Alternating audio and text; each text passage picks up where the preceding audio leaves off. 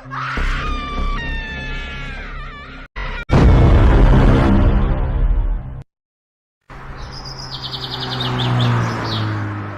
छोटे से शहर में गौरव अपनी पत्नी आशा और बेटी मधु के साथ रहता था।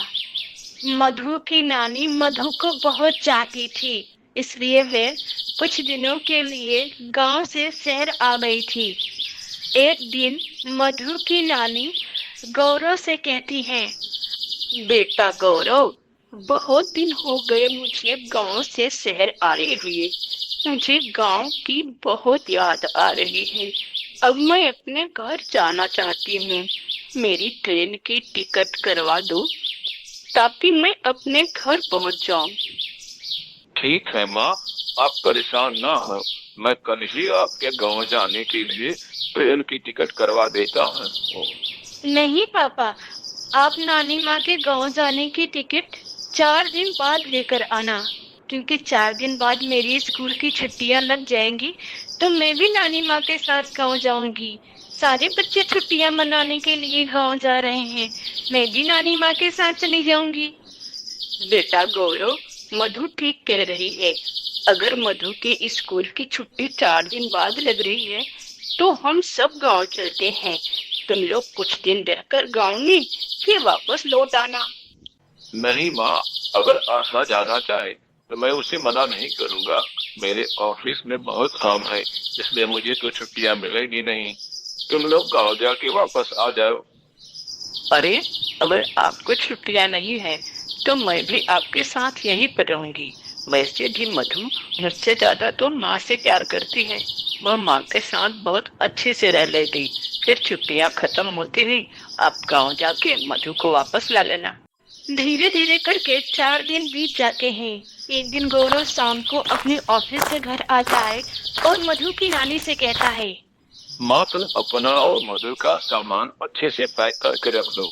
अभी थोड़ी ही देर में मेरे एक दोस्त की कार आएगी, वह तुम दोनों को गांव छोड़ देगी। थोड़ी ही देर में कार आती है और वे दोनों कार में बैठकर गांव के लिए निकल जाते हैं। वे दोनों कार में बैठ गांव की बातें कर ही रहे थे कि सामने से आती हुई ट्रक उन्हें कुचलकर चली जाती है। गाड़ी का बुरी तरह से एक्सीडेंट हो जाता है और ड्राइवर सामने की सीट पे था, इसलिए उसकी मौके पर ही मौत हो जाती है। ट्रक से टक्कर होने की वजह से मधु नीचे गिर जाती है और उसका सर फूट जाता है। सर से बहुत खून निकल रहा होता है। उसकी नानी जोर जोर से आवाज लगाती है, लेकिन वहाँ पर दूर दूर तक कोई नहीं था। अरे अरे, कोई है यहाँ पर? कोई तो बचाओ मेरी बेटी को, नहीं वो मर जाएगी। कोई है यहाँ पर? कोई तो बचा लो मेरी बेटी को, उसके सर से बहुत खून निकल रहा है, वो मर जाएगी। कोई तो बचा लो उसे।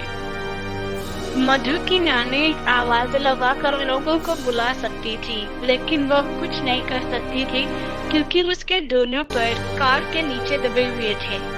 धीरे धीरे रात होने लगती है, तभी एक बस वाला अपनी सवारी पहुंचाकर घर वापस जा रहा था। तभी उसकी नजर उस कार पर पड़ती है और नानी की आवाज सुनकर वो अपनी बस से नीचे उतरता है और कहता है, अरे बाप रे, इतना बड़ा एक्सीडेंट! अगर मैं इन लोगों को हॉस्पिटल में पहुंचाऊंगा तो खामखा पुलिस केस में फंस जाऊंगा। इससे अच्छा है कि मैं अपने घर ही चला जाऊं। अरे तुम कौन हो बेटा? मेरी मदद करो, मेरी बेटी के सर से बहुत खून निकल रहा है, उसे हॉस्पिटल में एडमिट करवा दो, तुम्हारा बहुत ही आसान होगा। अरे नहीं नहीं अम्मा जी, अभी तो मैं बहुत जरूरी काम से अपनी बस लेकर जा रहा हूँ। कोई दूसरा आता होगा तो आप उसे ही बोल देना, मैं तो जा रहा हूँ। बहुत देर हो जाती है। लोग वहाँ से आते जाते, लेकिन पुलिस केस में फंस जाएंगे, इसलिए किसी ने उन्हें हॉस्पिटल में भर्ती नहीं करवाया। वे दोनों तड़क तड़क के वहीं पर अपना दम तोड़ देते हैं। मधु और उसकी नानी भयानक चुड़ैल बन जाती है। मधु मेरी बच्ची, हम मरकर चुड़ैल बन गए। अब मैं तेरे माँ और पापा को क्या जवाब दूंगी? इससे अच्छा होता कि तू मेरे साथ आती। हमने कितने सारे लोगों को तुझे हॉस्पिटल में भर्ती करवाने के लिए कहा, लेकिन किसी ने मेरी बात नहीं मानी। अब तू देखती जा, मैं इन लोगों का शिकार कैसे करती हूँ। मैं इन सबको मार डालूंगी, किसी को नहीं छोड़ूंगी, किसी को। दूसरे दिन वह बस वाला फिर से अपने बस लेकर उसी रास्ते से घर वापस जा रहा था। तभी मधु ने अपना रूप बदलकर उसके सामने आकर खड़ी हो गई। जैसे ही बस वाला अपनी बस रोकता है, तभी मधु की नानी ज्वेल बनकर उसका गला दबा देती है और उस बस वाले की मौत हो जाती है। इसके बाद दोनों उस बस में बैठकर बस को चलाने लगते हैं। दोनों चुड़ैल देर रात गए अपनी बस लेकर सड़क पर निकलती थी और जो भी सवारी उनकी बस में बैठती थी उसका वे शिकार कर लेती थी। कार एक्सीडेंट की बात जब से गौरव और आशा को पता चली थी, उन दोनों की हालत बहुत खराब हो गई थी। आशा का रो रो के बहुत बुरा हाल था। एक दिन गौरव आशा से कहता है, आशा मैं सोच रहा हूँ आज तुम्हें गाँव बुलाकर जाता हूँ। गाँव से तुम्हारी बहुत सारी यादें जुड़ी हैं और क्या पता गाँव पहुँचकर तुम्हारी तबीयत में कुछ सुधार आ जाए। आशा गौरव को कोई जवाब नहीं देती। वे दोनों गांव पहुंचते हैं। गांव पहुंचते पहुंचते उन्हें रात हो जाती है। उन्हें वही बस मिलती है जो लोगों को किडनैप करके उनका शिकार कर लेती है। वे दोनों बस को रोकते हैं और उसी में बैठ जाते हैं। उन्हें बस में बैठते कुछ लोग देख लेते हैं और आपस में ही बातें करते हैं। देखो, इस गधे को वही बस मिली थी। क्या हम लोग पागल हैं जो यहाँ पर खड़े होके दूसरी बस का इंतजार कर रहे हैं? अब ये बस इन्हें किडनैप करके इनका ही शिकार करेगी। अब तो इनका मरना पक्का ही है। वे दोनों बस में तो बैठ जाते हैं, लेकिन उन्हें बहुत अजीब लगता है। पूरी की पूरी बस खाली थी। उसमें सिर्फ एक दोनों ही बैठे थे और उसे चलाने वाली एक औरत थी और उस वे दोनों सुरक्षित गांव के बाहर उतर जाते हैं, लेकिन उन्हें जाता देखकर मधु रोने लगती है। तभी गौरव कहता है, क्या हो गया बेटी, तुम क्यों रो रही हो?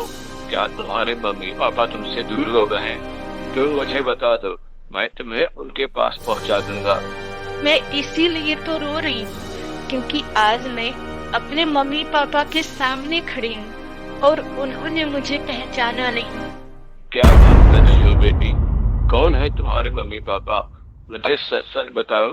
पापा, मैं ही तुम्हारी बेटी मधु हूँ। देखो, मैं आपके सामने खड़ी हूँ, लेकिन आपने मुझे पहचाना नहीं। माँ, मुझे पहचानो, मैं मधु हूँ।